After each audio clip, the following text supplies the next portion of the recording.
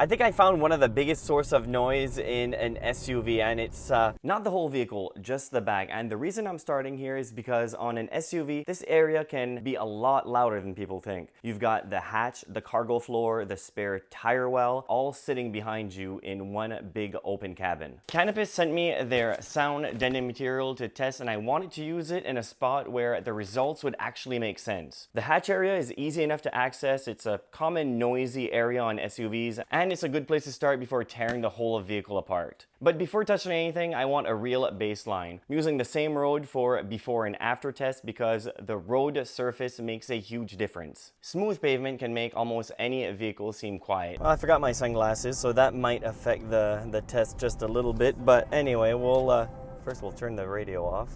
So now we'll bring it up to 80 kilometers an hour.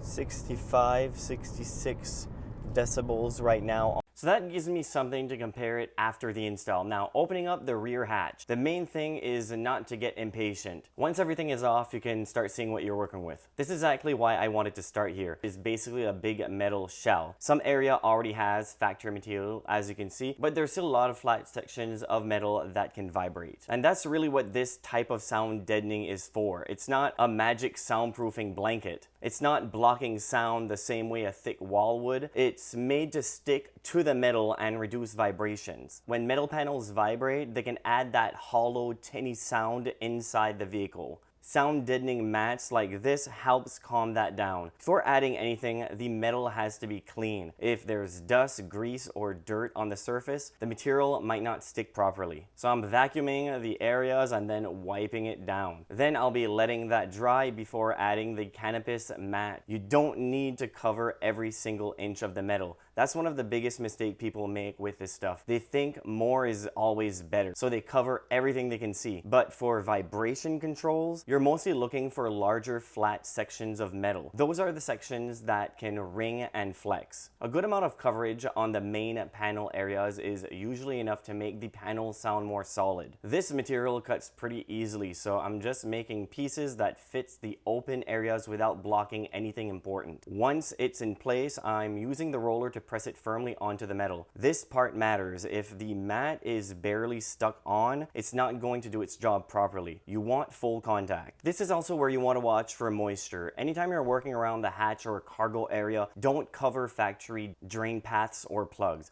Vehicle can get water in places you would not expect, especially around hatch seals and rear panels. So if something looks like it was designed to drain, breathe, or give access to a part, leave it alone. The cargo area is back together, and now it's time to see if it actually changed anything.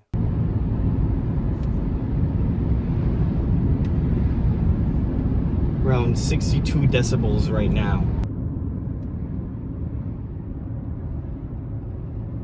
65, 66 decibels right now.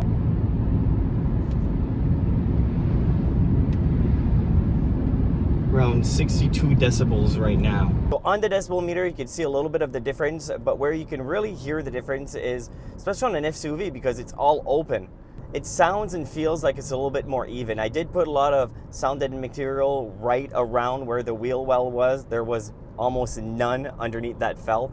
So that I find that makes a huge difference, more so in an SUV. I did this type of test a few years ago in the trunk of a Honda Accord, where it's more of an enclosed area. You don't really hear the difference or even feel the difference that much. But in something like this, where everything's open, you're in basically the same area as the back hatch. And since there was a big metal plate around the wheel well, which was easy access, it was an easy fix and an easy way to start. That's usually what sound deadening does it best. It doesn't always create a massive sound decibel drop from one area, especially if the main noise is coming from the tires or road surface, but it can change the way the vehicle feels inside. Since I couldn't really reach too far up into the rear hatch, there was a lot of wiring. There weren't that many flat areas. I just installed a small piece of sound deadening just in case there was a small vibration up there, and see the difference. I'll have links in the description below of all of the products I talked about in this video.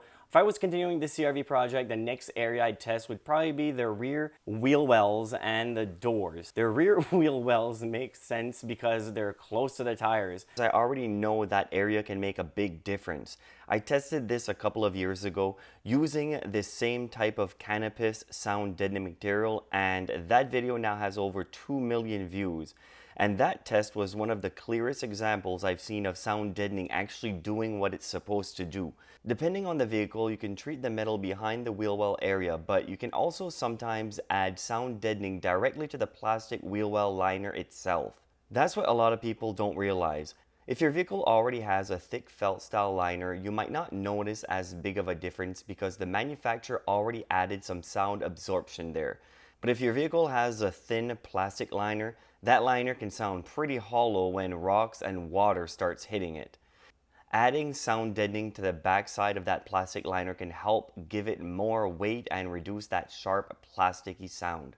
For this video, I wanted to start with the cargo area because it's easier and lower risk. But if you're chasing road noise, the wheel wells are definitely one of the next places I'd look. The Canopus material was easy to cut, it stuck well after cleaning the surface, and once it was rolled down properly, the panels had a more solid sound. It's also butyl based, so you don't get that strong asphalt smell that some cheaper sound deadeners can leave behind. But also the biggest thing is knowing what this product is supposed to do. It's for reducing vibrations and panel resonance. Also, let me know in the comment if you've done any sound deadening in your vehicle, where you find that it worked the best, and also a video right there, 8 ways to make your car a lot quieter. Thank you very much for watching. Until next time, assuming you subscribed.